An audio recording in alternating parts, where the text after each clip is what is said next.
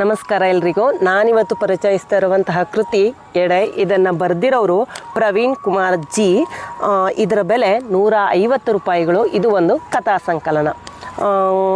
ಇದರಲ್ಲಿ ಸುಮಾರು 9 ಕಥೆಗಳಿವೆ. 9 ಸಹ ನೀವು ಬಳ್ಳಾರಿಯ ಒಂದು ಭಾಷಾ ಸೊಗಡನ್ನು ಈ ಕಥೆಗಳಲ್ಲಿ ನೋಡ್ಬೋದು. ಹಾಗೆ ಈ ಕಥೆಗಳು ಎಲ್ಲೋ ದೂರದ ಕಥೆಗಳು ಅನ್ಸಲ್ಲ, ಇವು ನಿಮ್ಮ ನಡುವಿನ ಕಥೆಗಳೇ ಅನಿಸ್ತವೆ. ಆದರೆ ಎಲ್ರಿಗೂ ಸಹ ಅವನ್ನು ಒಂದು ಕಥೆ ರೂಪ ಕೊಡೋದಕ್ಕೆ ಬರಲ್ಲ. ಆದರೆ ಪ್ರವೀಣ್ ಕುಮಾರ್ ಅವರು ತುಂಬ ಅದ್ಭುತವಾಗಿ ಅವಕ್ಕೆ ಒಂದು ರೂಪವನ್ನು ಕೊಟ್ಟು ಚೆನ್ನಾಗಿ ಹೆಣೆದಿದ್ದಾರೆ ಅಂತ ಅನ್ನಿಸ್ತು.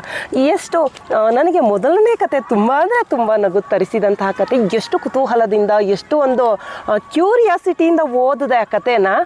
ಮತ್ತು ಹಾಗೆ ಇನ್ನೇನು ಆ ಕತೆ ಒಂದು ಅರ್ಧಕ್ಕೆ ಬರ್ತಿದ್ದಂಗೆ ಗೊಳ್ಳಂತ ನಗುವಂಥ ಒಂದು ಹಾಸ್ಯ ಪ್ರಸಂಗ ಈ ಕಥೆಯಲ್ಲಿದೆ. ಅಂದರೆ ಅದು ಅದರ ಪ್ಲಸ್ ಪಾಯಿಂಟ್ ಅಂತ ಹೇಳೋಕ್ಕೆ ಇಷ್ಟಪಡ್ತೀನಿ.